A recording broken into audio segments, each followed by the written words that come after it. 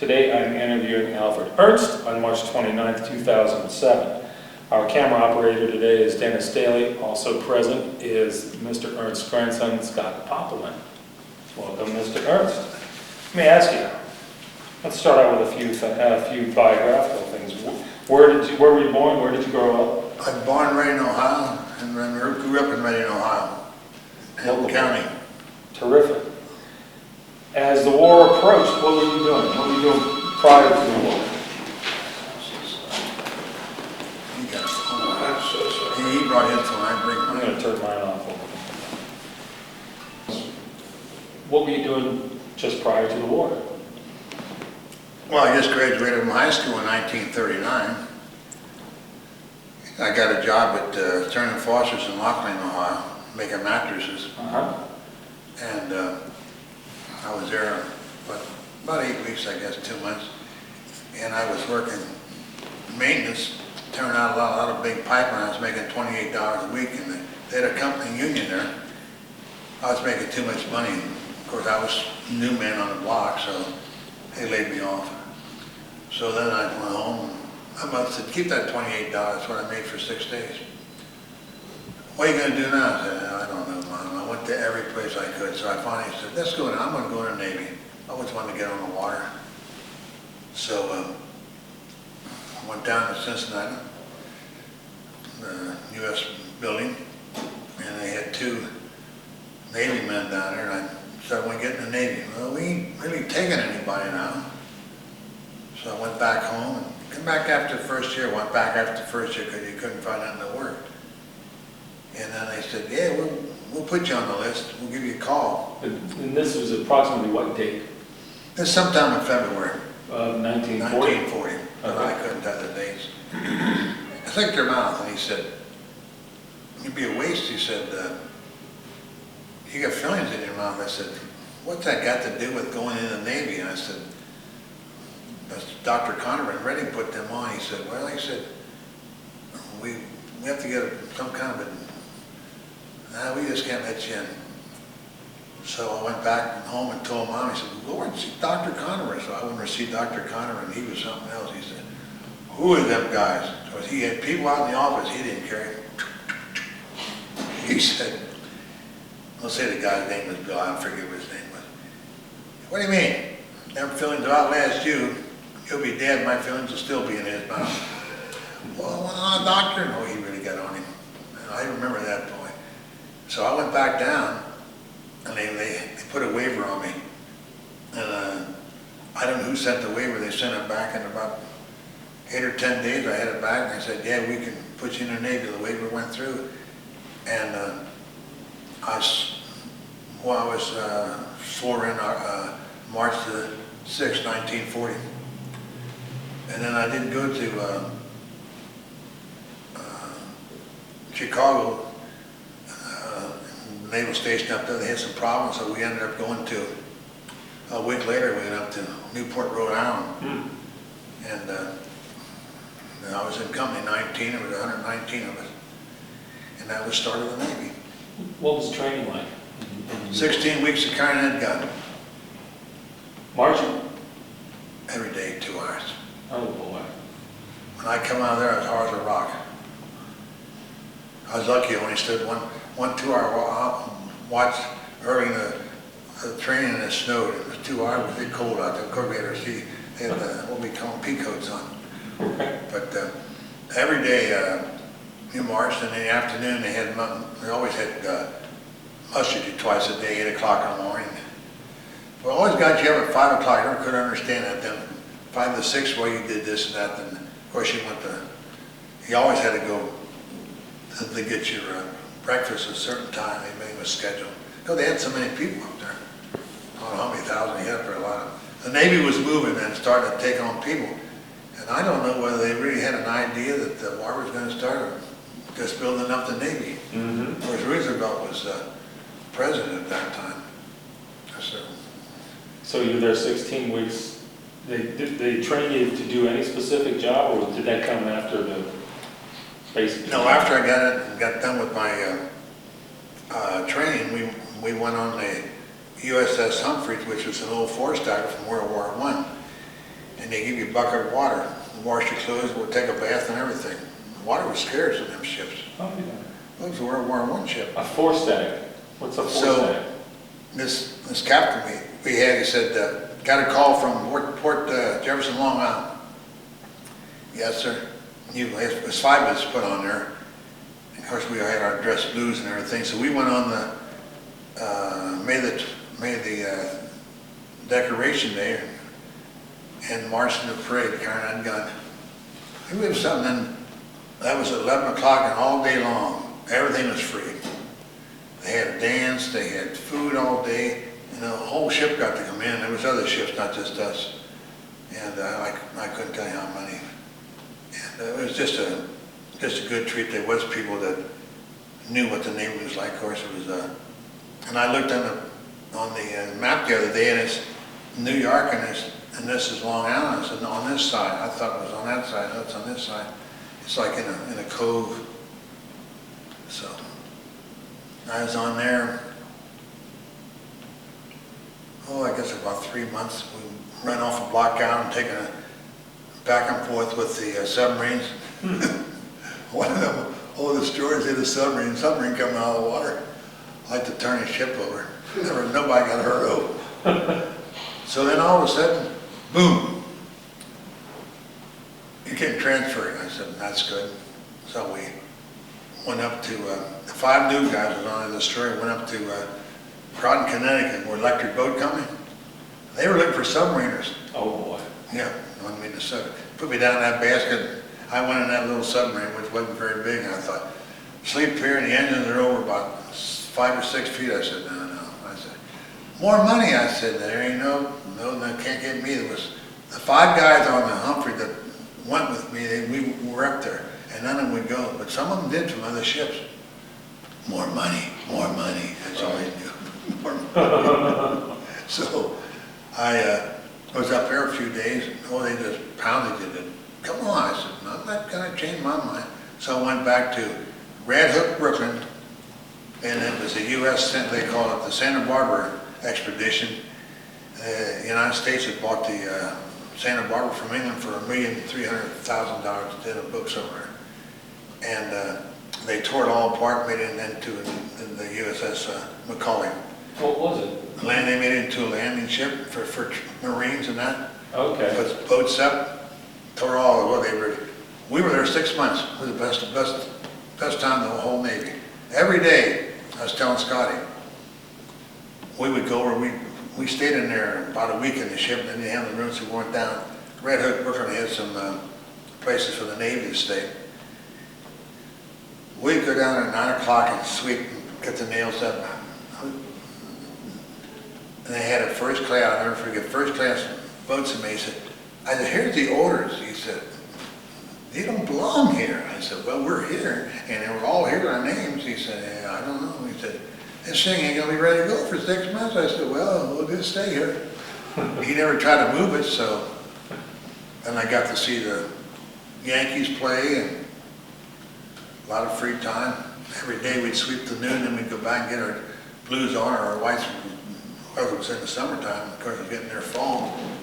Go out and run around. Could run all the way for submarine for a dime. I mean, not a submarine. What do you call it? The subway? Yeah, subway. They were really. I don't know if they're still building them. They had a lot of them all over underneath New York. Them subway's been under there a long time, boy.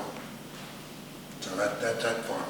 Well, I can keep on going. Yeah. Well, I wanted to ask you, did you stay there right until the time? I stayed there at Red Hook, Brooklyn, and they got it ready to go. And like he saw in their secret mission, we went down to Norfolk, Virginia, picked up a load of Marines, went to Higgins' boat place down in New Orleans and picked up the Higgins boats he was building.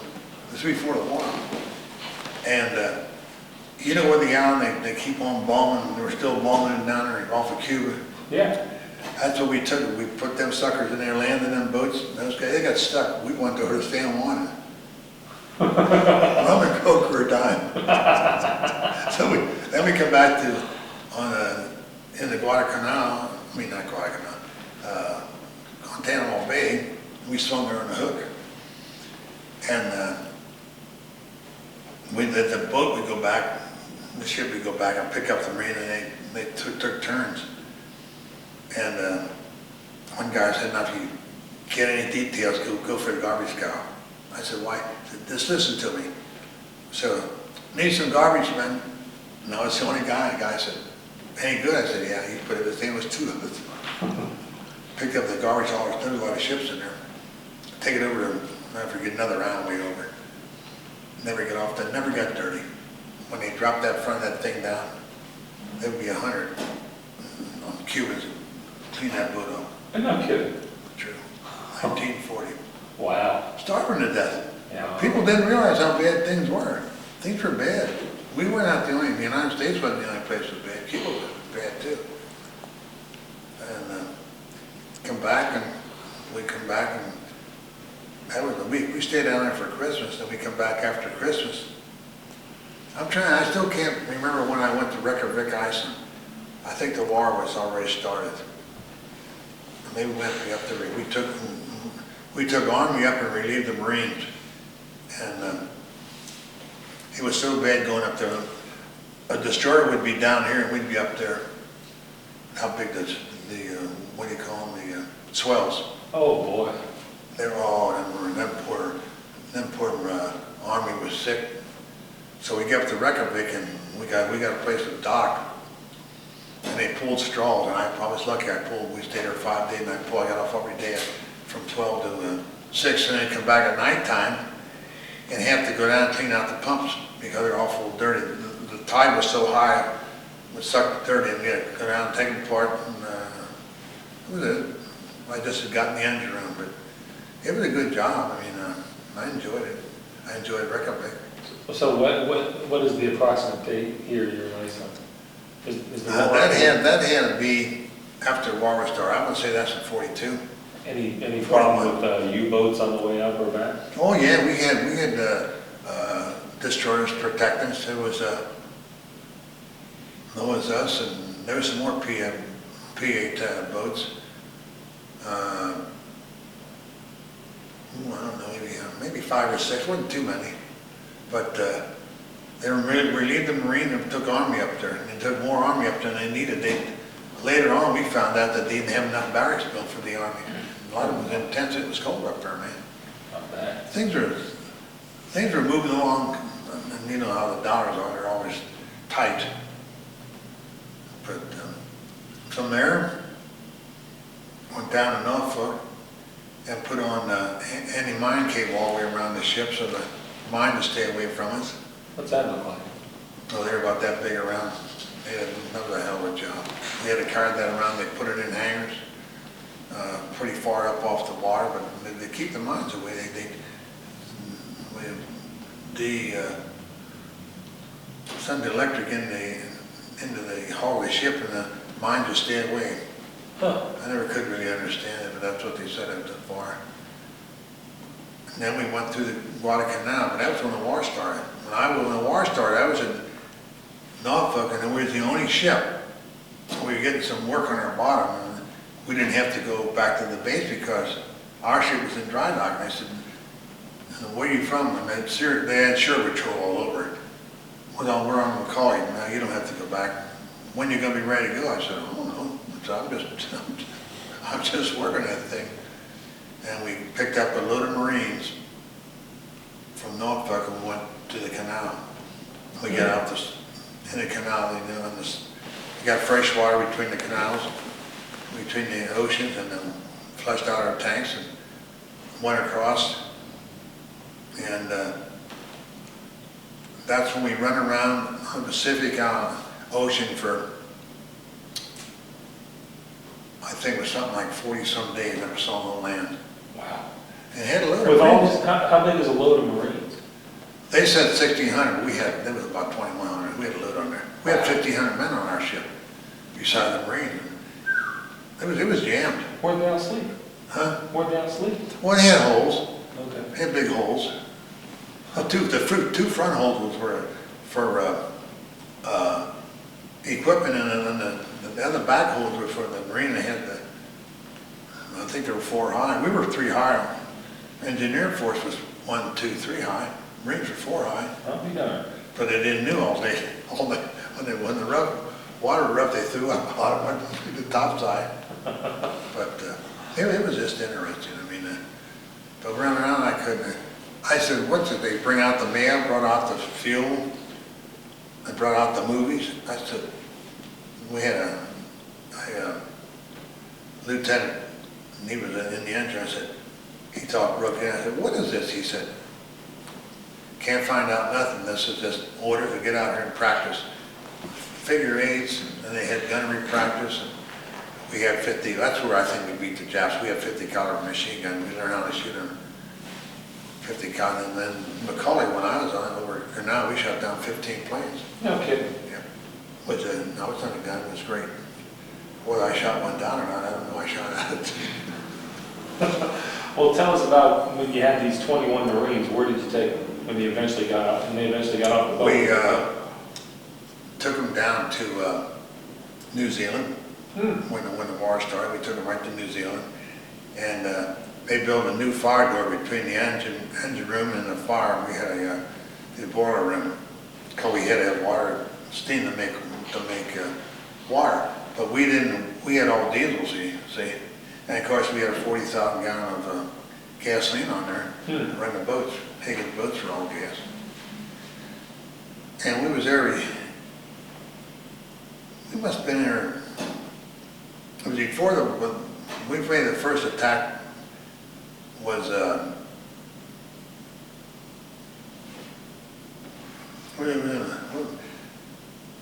we went around almost a year before we did anything. We was getting ready. So, we had out in there, I think it was August the 7th.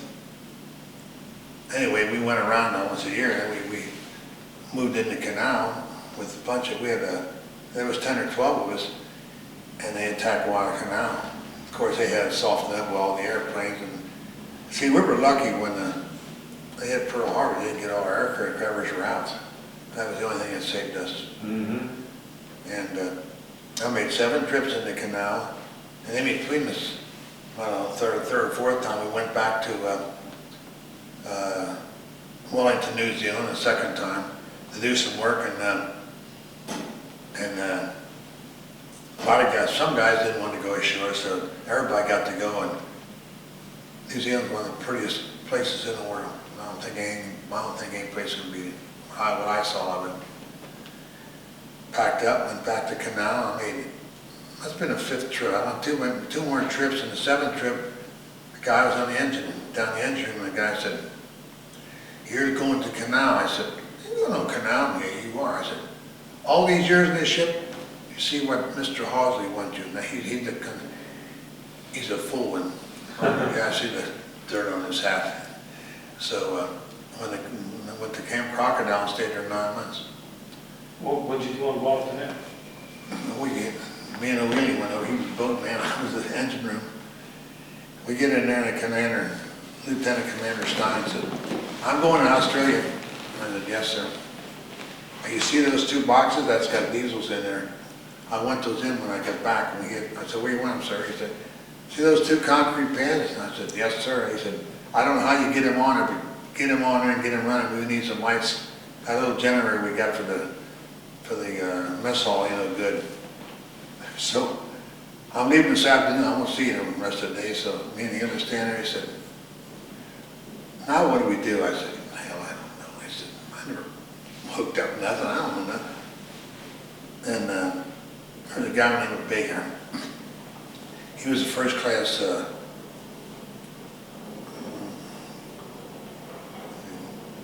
What the first class?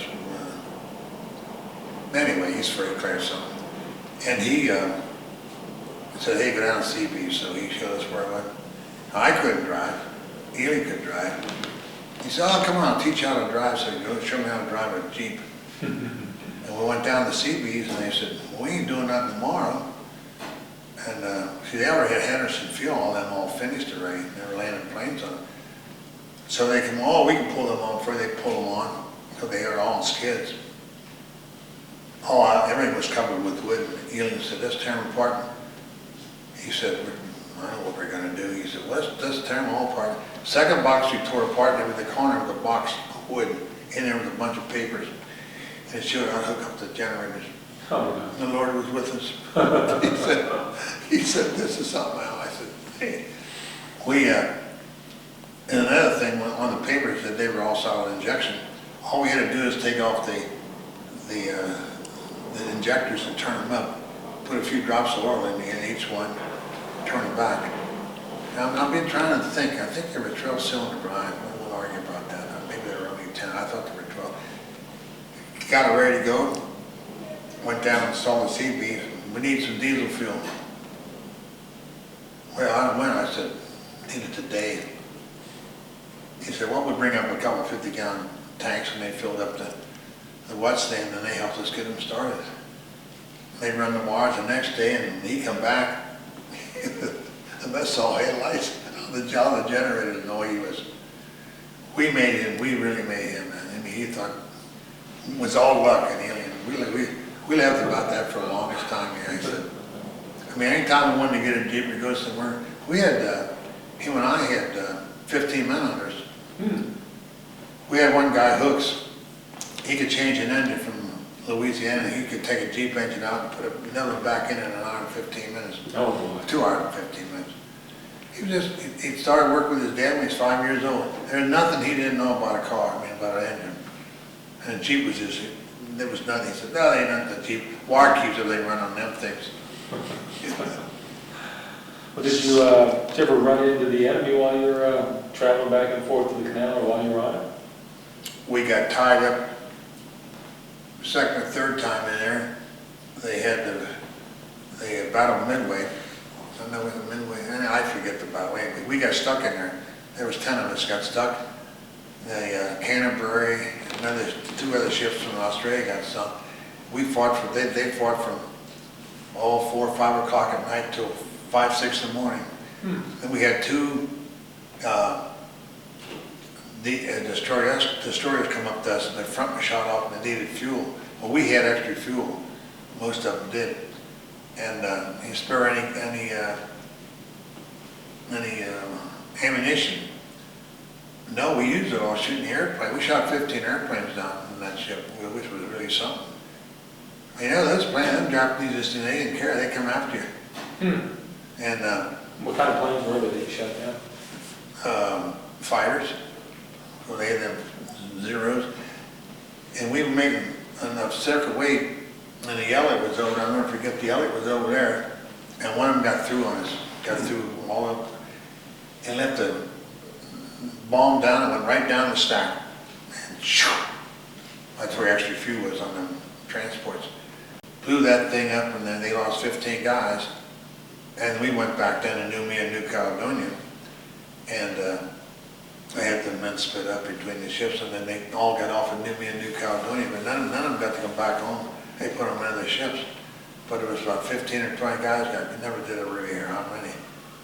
But they pulled it and tried to save it. They had a bomb. They had a torpedo and killed it. They took it over with deep. And they put some submarine put some fish in it, sunk it. And then when I stayed on the canal, next trip, the Japs got into it and put one in that. And I would have been in the engine room, but that was the guys I was with, because I was in the Air Force.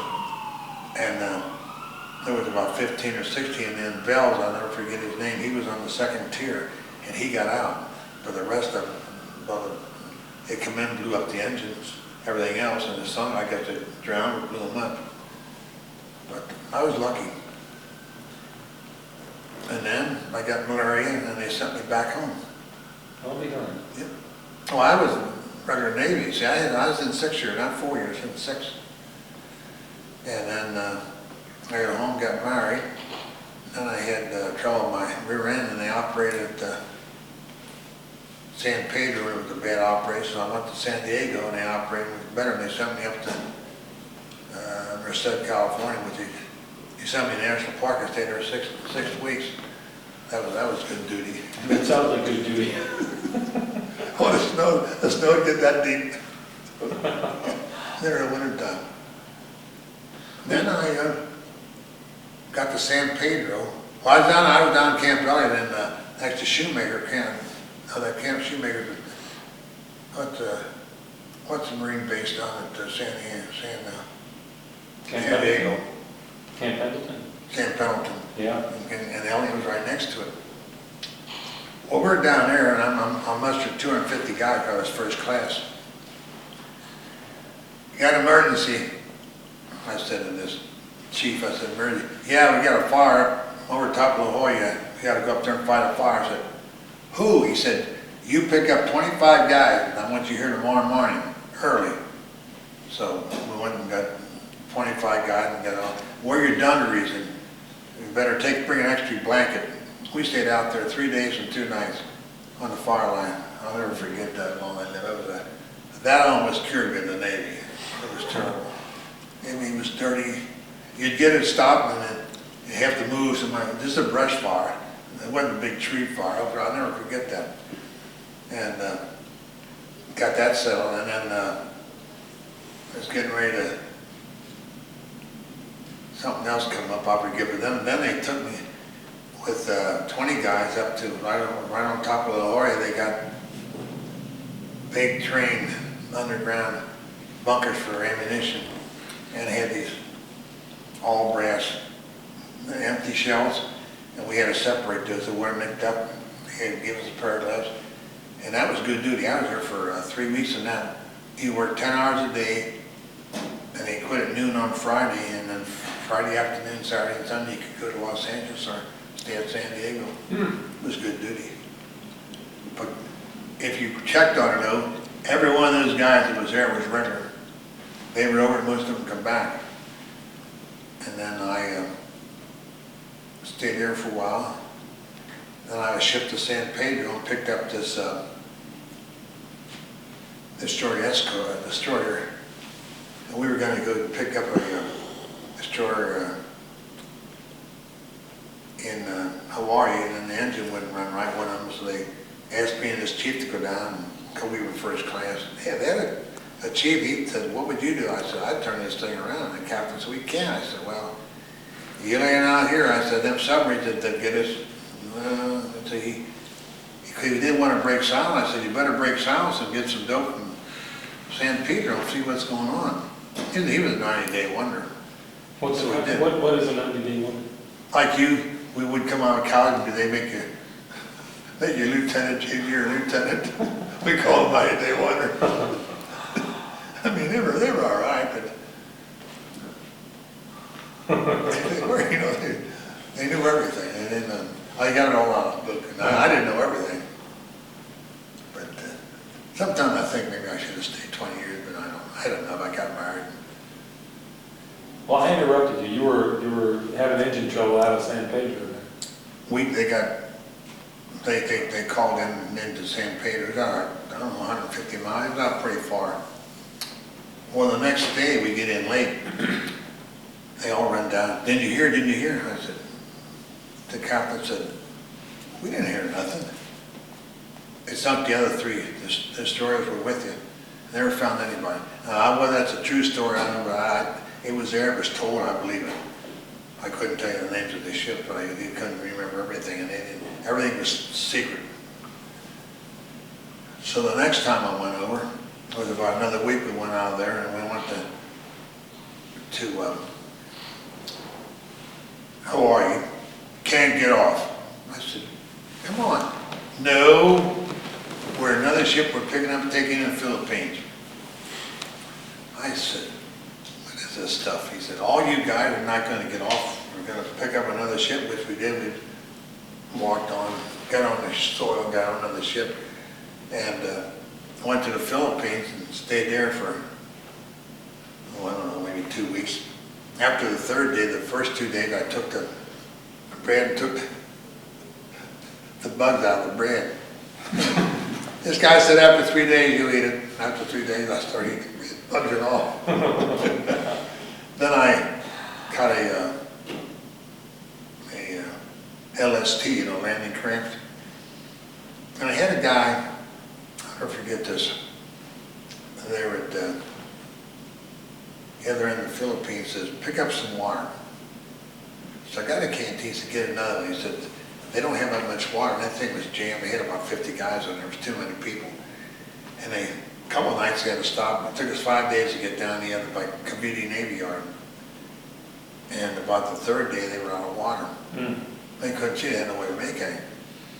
This guy next to me said, I'll give you $5 for a drink. I said, no, you don't give me no money. But him and I got to be pretty good friends. And he went on to another DE, which is in the same squad. And I gave him a drink of mine. He said, how'd you know? I said, well, some guy tipped me off, said, if you get a chance, take an extra canteen. Oh, it was hot. Never forget that. Hot. Then I got down there and picked up to the USS Bristol. And it was on that, got out April the 5th, it was on there. August, September, October, November, December, January, February, about 9 months. And that was the end of it. I got on that. We ran the mail between Hong Kong and the Philippines to pick up the mail and go back to Hong Kong. Certain ships would go to Shanghai, Formosa, and what's the other city up in China? Hong Kong, Shanghai. I guess it was Shanghai, Formosa. That's the three. And the British had control of Hong Kong. You couldn't ship down there, right? When you went 12 o'clock till 6, that's the only time you could get on Hong Kong. And they had a big station there for their men. And of course, this Ski Lazuski, and I was with this ship and this captain, he had made full commander. He got a divorce and he stayed in the Navy. He said, I'm taking you two around the world with you. I said, you ain't taking me around, I'm married, I'm going home. Oh, we're gonna leave pretty soon. I said, yeah, but I'm gonna be off when you leave. We leave us, I'll jump in and get in a boat or something. He said, I get you over with the English. I said, how? He said, I got some chief hats. If you had a chief hat, you could go. We used to go over and get a drink. And they had wax and everything. What they call their, whatever their women went. You could drink all day over, and they had good food. But you had to have somebody to get you over. And he liked us too, because they run that ship. That ship wasn't that old, and they had a couple of chiefs on there, and of course they all got points. And everybody, when the war was over, everybody went home. And I was telling Scotty, we ate steaks and potatoes for almost 6 weeks.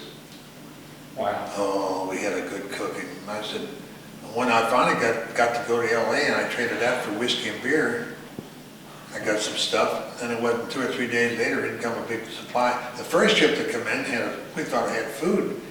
Yeah, they had Coca-Cola and beer. That was more important than feeding the people. I mean, when the war was over, they forgot what happened over in Hong Kong, this place in the Philippines. They just forgot that anybody was over there. Because everybody had points, and whatever ship went back as fast as ships could turn around with them. No, there was just a lot of guys went back. Of course, I had enough points, but I was regular. They wouldn't let me go.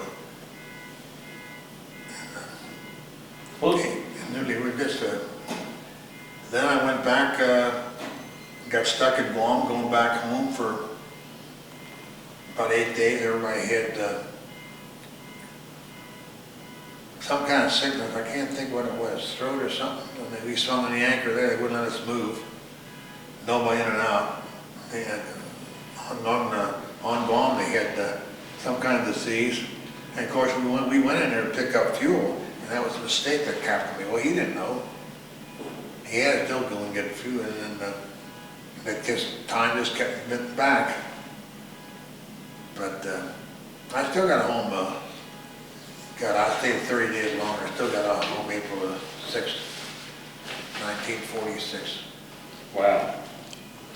But when he was first class like I was, when the war was over, even before the war was over, he didn't do too much. He had guys they had so many men, they knew what to do with them. Guadalcanal, Camp Crocodile, Ely and I had 15 guys. We didn't even 5 of them. We had 15 guys. You couldn't keep busy. And we played cards with Commander Stein and Dr. Sloth from Cincinnati. And I met a guy by the name of white from Pittsburgh. He was drafted before the war started. I never could understand that. And he was in charge of all the supplies in Guadalcanal. And he could be playing cards, and they come over, how much you got, just how much ammunition, he could tell them off his mind. But see, they never had a computer, and then he had a Quonset, a pretty good sized Quonset, and most of those guys in there worked for him. And they had, then they all moved up. We moved. I said, we gotta do all the gasoline. He said, well, shoot her. I said, shoot. He said, we ain't taking no gasoline. He said, we can't haul that. Our ships will be in with new gasoline. They shot it, we had an 8-hour fire, and I think that must have burned for 3 weeks. They're still burning when I left. Oh, they wasted a lot of stuff, but they couldn't help it.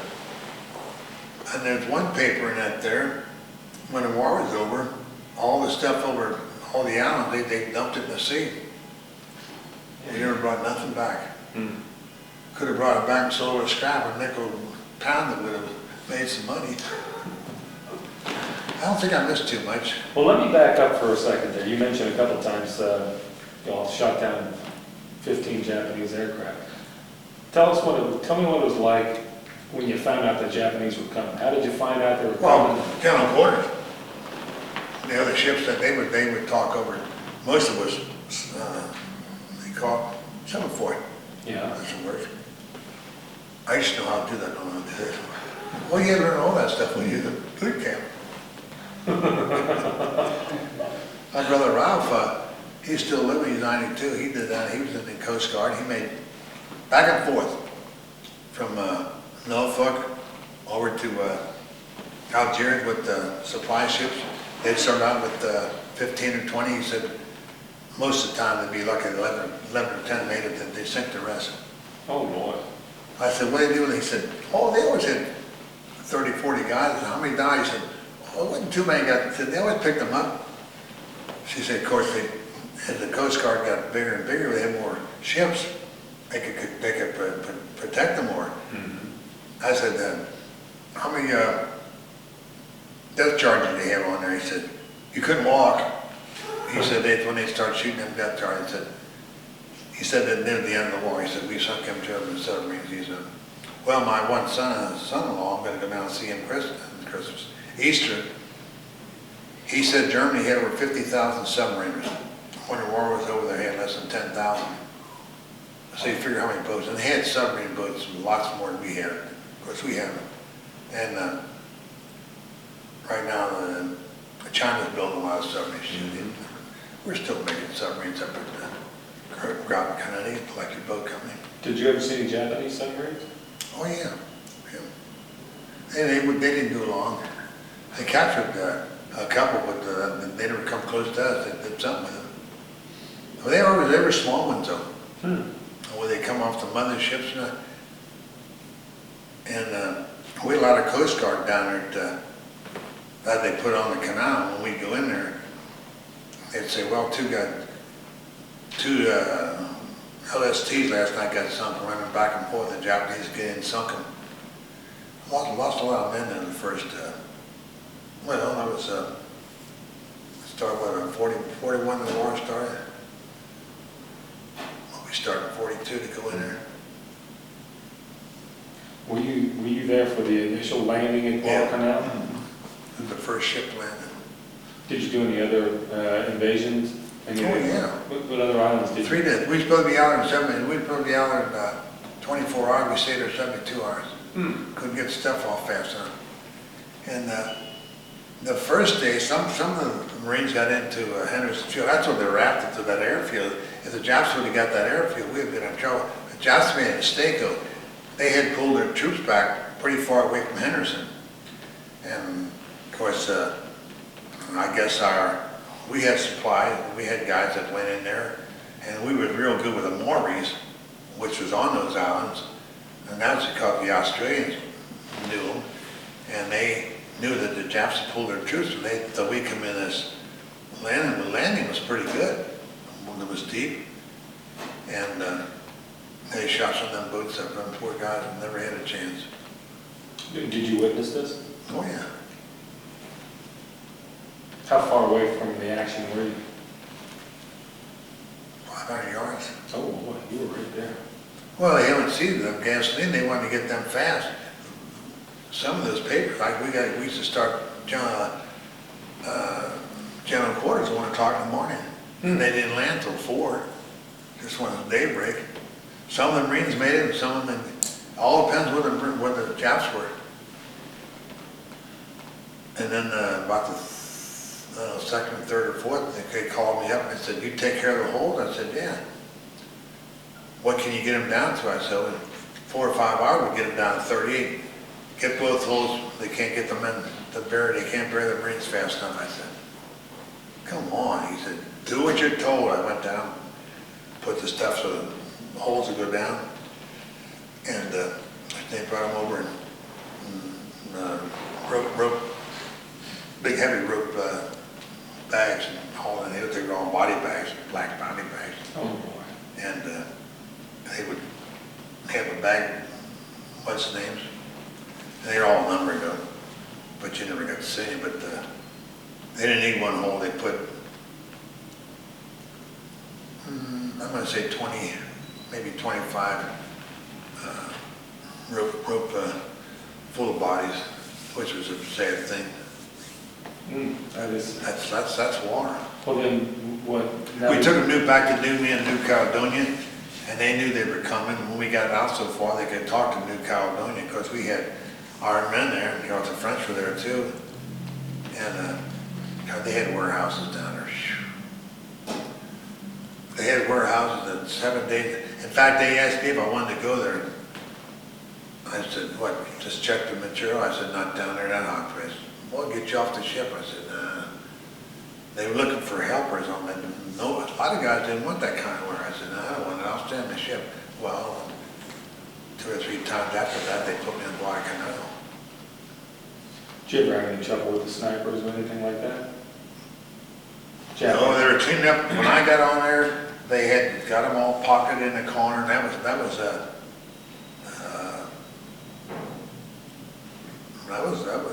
almost a year. But they had a hell of a time getting them done. They would what really I think won the war on the lobby island. We had flamethrowers that would go.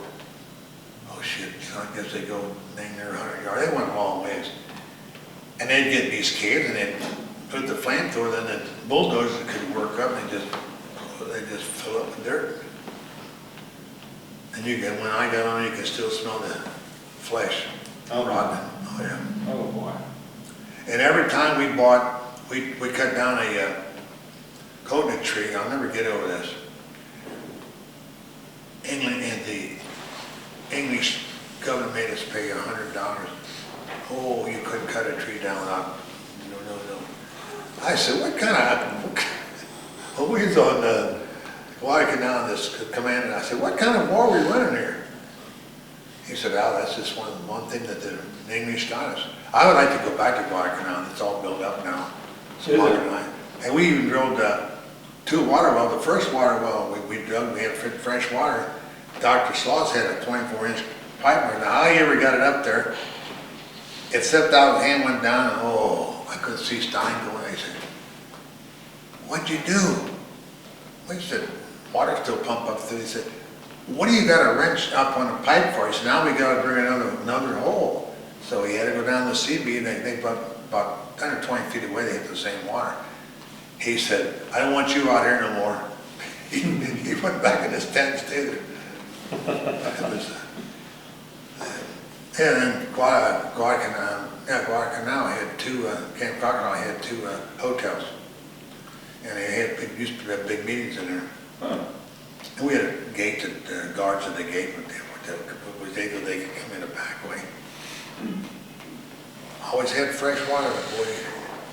It could be 80 degrees and that water would be cold, and you take a cold shower. You go, well, you left the war in April of 1946, or you left the Navy then. What kind of career did you have after you left the Navy? I came home, and I got a job over in Reading on Benson Street. It was they made chemicals out of tar from residue from the oil that we get today. Then they made different kind of chemicals. And I worked there for about 7 or 8 months, and they get slack, so they let me off. So I didn't have a job, so then I went to work for Dan Tehan, sheriff, right down there at the courthouse for 19 months. But it was a good job. I would like to stay in that job, but you had to work so many weekends. Pass out the subpoenas, pass out the, and then Monday morning the lawyer would be, you get so-and-so, you get so-and-so, and I happened to have Frisch's big boy in my territory. He was over the mainliner. And I got to know Dave Frisch pretty well. And I would go over once a month, hand the paper, and I had to give him personally, which you shouldn't have had to do, but Dave had to with the lawyers went. I'd say, why don't you pay your bills, he said. I do pay my bills. And he changed cars like he used to change those streetcar to streetcar. I said, oh. So I was there 19 months. And after Dave, business picked up, after he died, I mean, after he retired, he didn't last 9 months. He bought a place over in Amity Village. He had a nice house, and I don't think he lasted 9 months cancer. I knew Dave pretty well. But he was a character. He didn't like to pay his bill. And Dan Tehan said, did you go to see Dave Saturday or Sunday? I got him Sunday morning, about 8 o'clock. Oh, I'm sorry, Al. I said, of course you never got paid overtime. I said, I knew when he would be there. One time he'd park my car down in the lot, down the street, and walk up, and he never knew I was there. But you had to give it to him personally. That's what they wanted. Oh boy.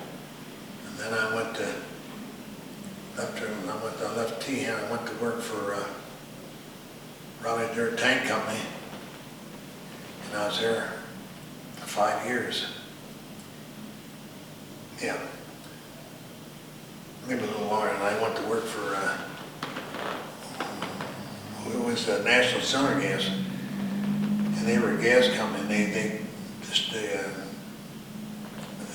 demonstrated welders, and I was like a welder demonstrator, but also took care of they were going from cylinder to tank to liquid. And they cleaned the whole office up there at Proctor's. They kept me because I was a technical serviceman. I took a job, stayed with them, and I still get a little pension from them. Of course, now they call themselves Air Liquide. They got their home is in France, and they got an office in Texas. They just opened another big plant in Texas. And they make nitrogen and argon. No, they don't make, no, helium, they make helium. Westinghouse still pumps helium. AGA still pumps helium. I don't know why the government never changed it. They only pump so much every year. I guess they got plenty of it left yet. Don't use helium like they used to. It is for balloons. Well, I think we got a good flavor of what you did during the war. You had some good stories there. Is there anything left you'd like to talk about before we wrap up? Hey, Grandpa, tell us a story about you're the only one that had the key to the ice. Oh yeah, on Guadalcanal. We put, after we got the machines running, the diesels running, Commander Stein said, I got a couple ice machines coming in secret. You go down Henderson Field, wait on them. We waited and waited, they finally come in. They weren't there the first day, we went back the second day, early in the morning, they were there. It was like a secret. So we brought them back, and of course he already had the pads put in by the CB. The CBs did a lot during World War II. I think the CBs, without the CBs, we'd probably still be fighting that war. But they had plumbers and contractors and hammer, and I mean, carpenters and concrete men, and of course they could hook them. When the planes would come on, they were heavy steel. They would just think that this could do everything. So we get them down there, he said they're ice machines. With this word went around the camp, you know. Ooh. So we put the ice machine in, of course he was right in there helping us.